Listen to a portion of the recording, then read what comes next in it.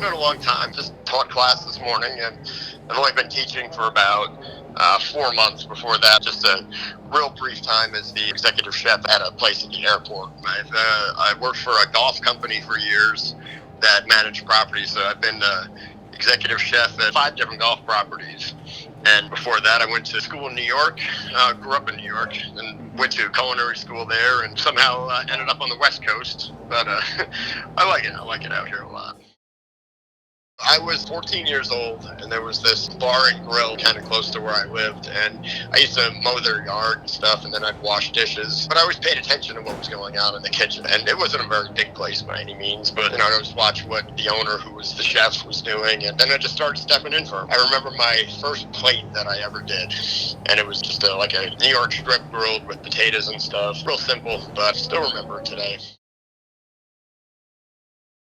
It was my first executive chef job, but it was a resort that had 3 restaurants, a large banquet facility. They did close to $8 million a year in food revenue alone, and I got hired on to run one of the restaurants. And in my first 6 months there, the executive chef had left, his sous chef left, and I was left holding the reins pretty much, and I ran it for about 3 years, and I was a year and a half out of culinary school, way too young to have that much responsibility. But the key thing was, made a lot of mistakes, but learn from them. And that's the key, not just in the chef world, but just in life in general. I mean, you're going to make mistakes, but it's important to be able to change your trajectory, especially when it comes to food. Figure out what you did wrong and be better next time.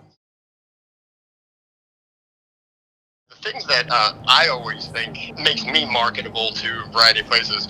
I've always had good fiscal responsibility. I've made revenues for a lot of places, and that's super important. You got to be good with numbers, and I'm a good numbers chef, and I'm a good PR person. I like to make myself marketable in those ways. I think to be a good chef, you need to have that competitive personality to you. You have to, I think the most important thing is, you have to have a good life outside of work. Don't lose your sight of what's important. If you have kids, play with your kids. Make sure you have time to do a lot of things that you can do. But when you put on the chef coat and you go into work, you got to be committed. You really do. And you got to be tough. And you've got to be able to want to be better every day.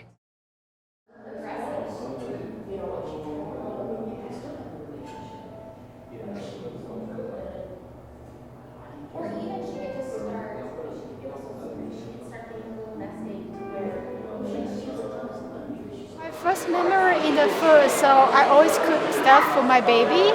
So it's the crepe, because my baby, they love the crepe. So that's why I opened Melissa Crepe and Coffee House.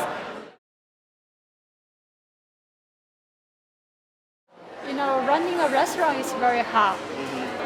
You see, you need to pay a rent, you need to pay food costs, you need to pay the fee for people working, and you need to pay lecture or something. And then if you don't have enough customer, and if you don't make your customer happy, they go away. Then you didn't make any money, but you're still doing that every day. So my husband, he is a sushi chef before, and he said because the place he's working is very expensive sushi. So one day he tell me, he say, I want everyone afford the sushi. So he put 50% sushi on his restaurant. So, but we want people, everyone can afford it. So, and they can take because our sushi, I think it's good. So my advice is you need to keep doing that. Sometimes we feel tired, and sometimes maybe something happens, we want to give up. But we always try to achieve our goal. Yeah, just don't give up. Just do something you want to do, and then one day you will see you will be successful.